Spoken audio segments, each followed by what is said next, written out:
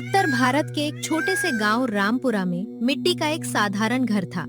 उस घर में दो भाई बहन रहते थे, आरव और उसकी छोटी बहन गौरी। कई साल पहले महामारी में उनके माता पिता का निधन हो गया था। तब से दोनों ही एक दूसरे का सहारा थे। उनके पास न खेत थे न कोई बड़ी संपत्ति, बस ईमानदारी, मेहनत और एक दूसरे के लिए अटूट प्रेम था। हर सुबह सूरज उगने से पहले आरव उठ जाता, गांव के खेतों में मजदूरी करता, कभी लकड़ियां काटता, कभी कुएं से पानी निकालता। शाम को जो मजदूरी मिलती उससे दोनों का गुजारा चलता। गौरी घर का काम करती, खाली समय में गांव के बच्चों को पढ़ाती और अपने भाई का हर कदम पर हौसला बढ़ाती। गांव का सबसे अमीर आदमी था धर्मपाल सिंह। उसके पास सैकड़ों बीघा जमीन थी, लेकिन दिल में दया नाम की कोई चीज नहीं थी। वो गरीबों का हक मारता, मजदूरों को कम पैसे देता और अपने धन पर घमंड करता था। एक दिन आरव ने धर्मपाल के खेत में पूरे दिन धूप में मेहनत की। शाम को मजदूरी बांटते समय धर्मपाल ने उसे आधे पैसे दिए। आरव ने विनम्रता से कहा, मालिक, मैंने तो पूरा दिन काम किया है। तुझे जितना दिया है उतना ही काफी है। पसंद नहीं तो कल से मत आना। आरव ने कोई झगड़ा नहीं किया। वो चुपचाप पैसे लेकर घर लौट आया।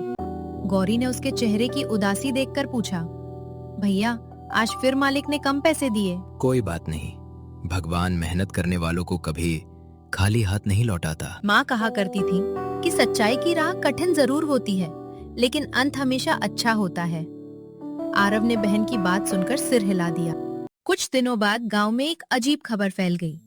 गांव के बाहर घने जंगल के बीच एक बहुत पुराना मंदिर था। कहते थे कि हर पूर्णिमा की रात वहां एक दीपक अपने आप जल उठता है। उस दीपक के सामने जो व्यक्ति बिना लालच और सच्चे मन से प्रार्थना करता है, उसकी मनोकामना पूरी होती है। ज्यादातर लोग इसे सिर्फ कहानी समझते थे, लेकिन गांव में रहने वाले एक बूढ़े साधु ने आरव को बुलाया। उन्होंने कहा, बेटा, उस मंदिर में कोई सोने चांदी का खजाना नहीं है। वहां इंसान के दिल की परीक्षा होती है। जिसने लालच किया वो सब कुछ खो बैठा। जिसने सच्चाई चुनी उसे जीवन का सबसे बड़ा धन मिला। आरव ने साधु को प्रणाम किया। उधर धर्मपाल सिंह भी ये बात सुन चुका था। उसने मन में सोचा, अगर कोई चमत्कारी दीपक है तो वो मेरा होगा। उसके बाद पूरे इलाके में मुझसे अमीर कोई नहीं रहेगा। उसने अपने 4 आदमियों को जंगल की टो लेने भेज दिया। इसी बीच एक शाम गौरी की तबीयत अचानक बिगड़ गई। उसे तेज बुखार आ गया। गांव के वैद्य ने उसकी नब्ज देखकर कहा, इसका इलाज एक दुर्लभ जड़ी बूटी से ही होगा। वो सिर्फ पुराने जंगल के अंदर मिलती है। अगर सुबह तक दवा नहीं मिली तो हालत गंभीर हो सकती है। ये सुनते ही आरव बिना देर किए मशाल लेकर जंगल की ओर निकल पड़ा। रात गहरी हो चुकी थी, हवा तेज चल रही थी, पेड़ों की डालियां एक दूसरे से टकरा रही थी। दूर कहीं उल्लू की आवाज सुनाई दे रही थी। जंगल में कदम रखते ही उसे अजीब सी शांति महसूस हुई। कुछ दूर चलने पर उसने देखा कि एक बूढ़ा लकड़हारा जमीन पर गिरा पड़ा है। उसके पैर में चोट लगी थी। आरव के पास समय बहुत कम था। उसकी बहन की जान खतरे में थी। फिर भी उसने बूढ़े को उठाया, उसके पैर पर कपड़ा बांधा और उसे पानी पिलाया। बूढ़े ने मुस्कुराकर कहा, बेटा, तुम जल्दी में थे, फिर भी मेरी मदद की। भगवान तुम्हारा भला करेगा। आरव ने कहा, अगर मैं आपकी जगह होता तो शायद कोई मेरी भी मदद करता। ये कहकर वो आगे बढ़ गया। उसे पता नहीं था कि वो बूढ़ा साधारण इंसान नहीं था।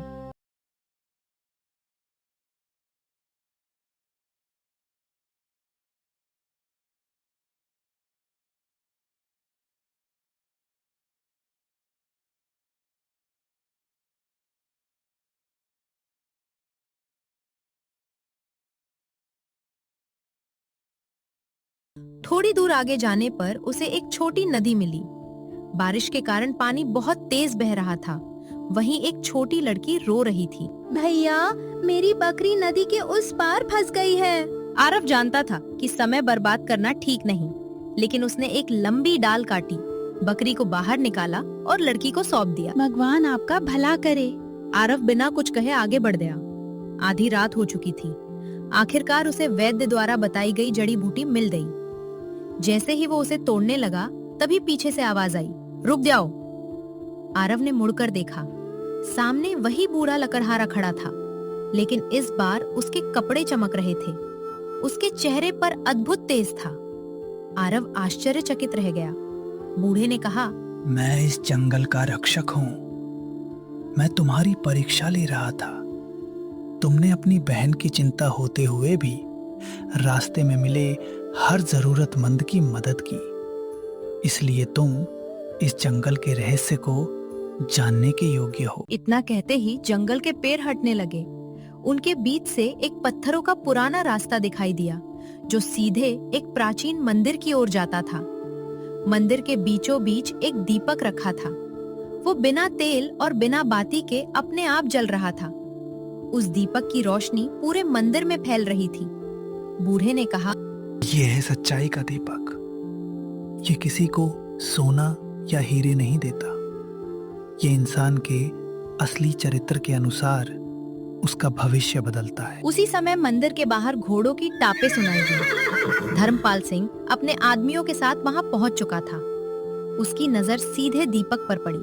वो जोर से हंसा और बोला, आखिरकार मुझे ये मिल ही गया। वो दीपक की ओर दौड़ पड़ा। धर्मपाल सिंह तेजी से दीपक की ओर बढ़ा। उसकी आंखों में लालच साफ दिखाई दे रहा था। उसने बिना कुछ सोचे दीपक उठाने के लिए हाथ बढ़ाया। जैसे ही उसकी उंगलियां दीपक को छूने वाली थीं, पूरे मंदिर में तेज प्रकाश फैल गया। जमीन कांपने लगी। मंदिर की घंटियां अपने आप बज उठी। एक गंभीर आवाज गूंजी, रुको, ये दीपक केवल उसी का साथ देता है जिसके मन में सच्चाई और करुणा हो। लालच से इसे छूने वाला स्वयं अपने कर्मों का फल पाएगा। मैं इन बातों पर विश्वास नहीं करता। मुझे सिर्फ धन चाहिए। उसने दीपक उठाने की कोशिश की, लेकिन दीपक पत्थर से भी भारी हो गया। उसने पूरी ताकत लगा दी, मगर दीपक अपनी जगह से 1 इंच भी नहीं हिला। अचानक मंदिर की दीवारों पर एक एक करके दृश्य दिखाई देने लगे। उनमें धर्मपाल के सारे अन्याय दिखाई देने लगे। गरीबों की मजदूरी मारना, अनाथों को अपमानित करना, भूखे लोगों को घर से भगाना और झूठ बोलकर लोगों की जमीन हड़पना। उसके आदमी ये सब देखकर डर गए।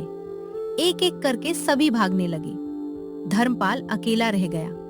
वो घबराकर बोला, ये सब बंद करो, मैं कुछ नहीं देखना चाहता। तभी वही वृद्ध रक्षक उसके सामने प्रकट हुए। उन्होंने शांत स्वर में कहा, जिसने जीवन भर दूसरों का हक छीना, वो इस दीपक का अधिकारी नहीं हो सकता। इतना कहते ही मंदिर की रोशनी और तेज हो गई। धर्मपाल के हाथ कांपने लगे। उसके घुटने जवाब दे गए और वो जमीन पर गिर पड़ा। वृद्ध रक्षक अब आरव की ओर मुड़े। बेटा, अब तुम्हारी बारी है। मुझे धन नहीं चाहिए। मुझे बस मेरी बहन गौरी स्वस्थ मिल जाए, और इतना मिल जाए कि किसी गरीब को भूखा ना सोना पड़े। मंदिर में कुछ क्षणों तक पूर्ण शांति छा गई। फिर दीपक की लौ पहले से कहीं अधिक उज्जवल हो गई। उस लौ से एक सुनहरी किरण निकली और सीधे आरव के हाथ में रखी जड़ी बूटी पर आकर ठहर गई।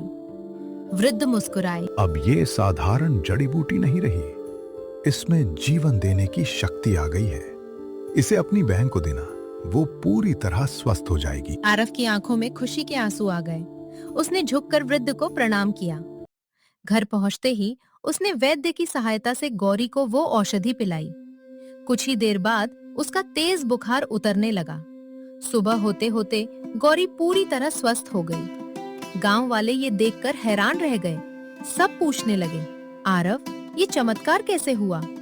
लेकिन आरव ने केवल इतना कहा, भगवान हमेशा सच्चे मन वालों की मदद करते हैं। उसने मंदिर या दीपक का रहस्य किसी को नहीं बताया। कुछ दिनों बाद गांव में एक और बड़ा बदलाव आया। उस साल बारिश समय पर हुई।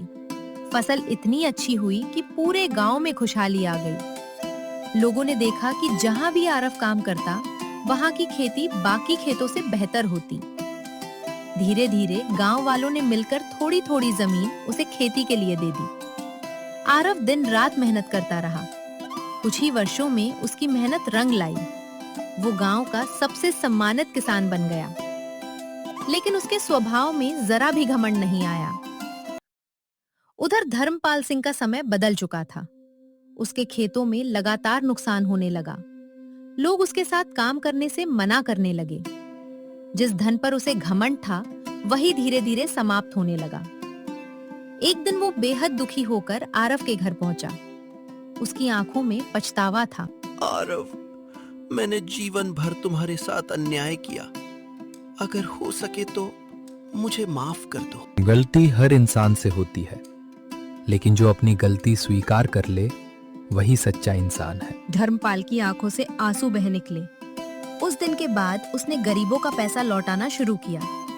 जिनकी जमीन उसने छीनी थी, उन्हें वापस कर दी। गांव के स्कूल और कुएं की मरम्मत भी अपने खर्च पर करवाई। धीरे धीरे लोगों ने उसे भी माफ कर दिया। एक शाम वही वृद्ध रक्षक फिर से आरव को जंगल के रास्ते में मिले। उन्होंने मुस्कुराकर पूछा, क्या तुम्हें कभी उस दीपक की याद आती है? हाँ, लेकिन अब समझ गया हूँ कि असली दीपक मंदिर में नहीं था। असली दीपक तो इंसान के भीतर जलता है। सच्चाई, दया और ईमानदारी का दीपक। वृद्ध संतुष्ट होकर बोले, तुमने वो बात समझ ली जिसके लिए लोग पूरी जिंदगी भटकते रहते हैं। इतना कहकर वे धीरे धीरे प्रकाश में विलीन हो गए। कहते हैं उसके बाद किसी ने उस मंदिर को फिर कभी नहीं देखा। लेकिन गांव के बुजुर्ग आज भी अपने बच्चों से कहते हैं, जब भी किसी की मदद बिना किसी स्वार्थ के करोगे, समझना कि सच्चाई का दीपक तुम्हारे भीतर जल उठा है। उस दिन के बाद रामपुरा गांव की पहचान उसकी अमीरी से नहीं, बल्कि वहां रहने वाले ईमानदार और दयालु लोगों से हुई। और आरव तथा गौरी की कहानी पीढ़ी दर पीढ़ी सुनाई जाने लगी, ताकि हर बच्चा ये सीख सके कि सच्चाई की राह कठिन हो सकती है, लेकिन उसकी मंजिल हमेशा सबसे सुंदर होती है।